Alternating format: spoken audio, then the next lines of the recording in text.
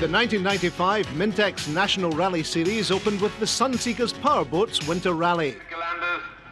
With its mix of tarmac and loose surface stages, championship frontrunner David Galanders was forced to contend with some unusual rivals. After the first tarmac section, we were 11 seconds behind the 2 metros, but we were leading forward. So they were taking a second a mile out of us on the tarmac section, so we had to go into this 21-mile forest and give it death.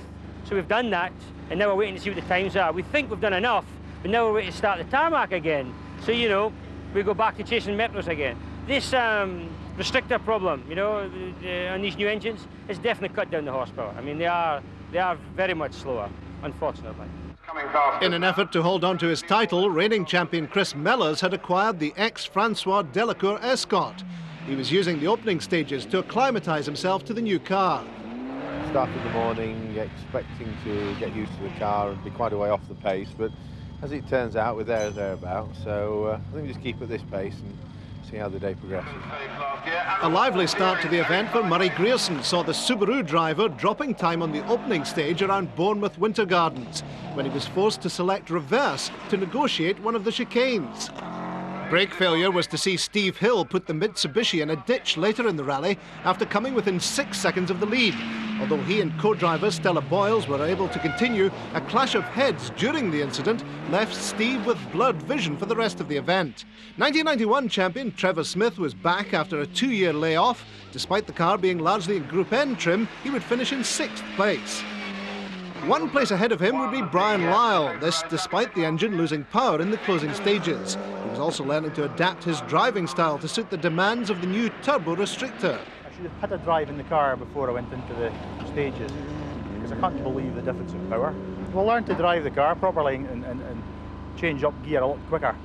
So you're using the revs up to about 5,500, 6,000 revs instead of 7,500 as it used to be.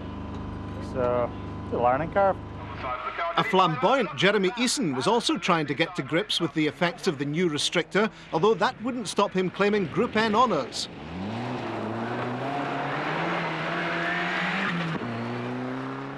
Also trying to get to grips was Tim Ellis-Jones. In his case, with the move from Group N to Group A. Championship back in 19... Still in Group N was Steve Petch, the Impreza driver, suffering a close encounter with the local wildlife. On stage 6, would you believe, we had a deer come out and hit us, or we hit a deer. I mean, I would never have thought coming to Bournemouth that you'd ever come across a deer. So if you look at the front of the car, you'll be able to see the damage that it's caused. Obviously, it's split a radiator as well, so we lost a bit of time because of that, and we lost a deer, sadly. But at the end of the day, we've got to try and get everything back together now. Tony Davis and Ryland James enjoyed the lead of the event briefly before fuel starvation problems intervened. They would eventually retire with a blown clutch. Steve Smith was learning about his new Lancia as he made his way to 9th place overall. Fuel pressure problems in the Sierra would result in road penalties for Roger Duckworth and Mark Broomfield, dropping them to 14th overall. Intermittent turbo problems in the more conventionally powered Sierra would see Mike Horn finish 1 place lower. A strong run by Neil Dugan saw the Escort move up to 5th place by the halfway stage in the rally. Dropped a little bit of time in the forests with a small engine problem which we're going to resolve. But yeah, really enjoying it. It's good fun. No mishaps today? Believe it or not, no.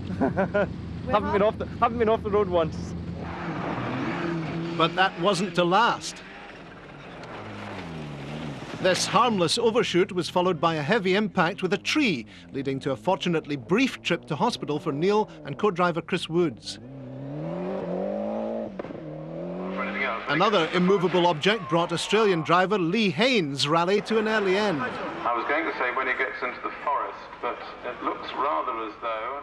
Also trying hard was Jerry Bailey. He was later slowed by water pump problems. Tony Jardine was destined to be sidelined with a broken track control arm, although he'd reappear to complete the afternoon stages.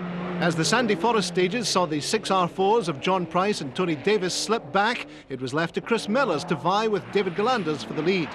As the Chesterfield driver got to grips with the new car, so he was able to match times with his Scottish rival.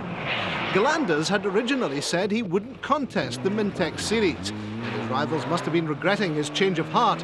Tim Ellis-Jones was gaining valuable experience in his new car as he made his way to 11th place overall. And despite that blurred vision, not to mention a raging headache, Steve Hill would go on to finish 4th. Marcus Dodd was competing on his first event in 12 months and was pleased to finish 2nd in class.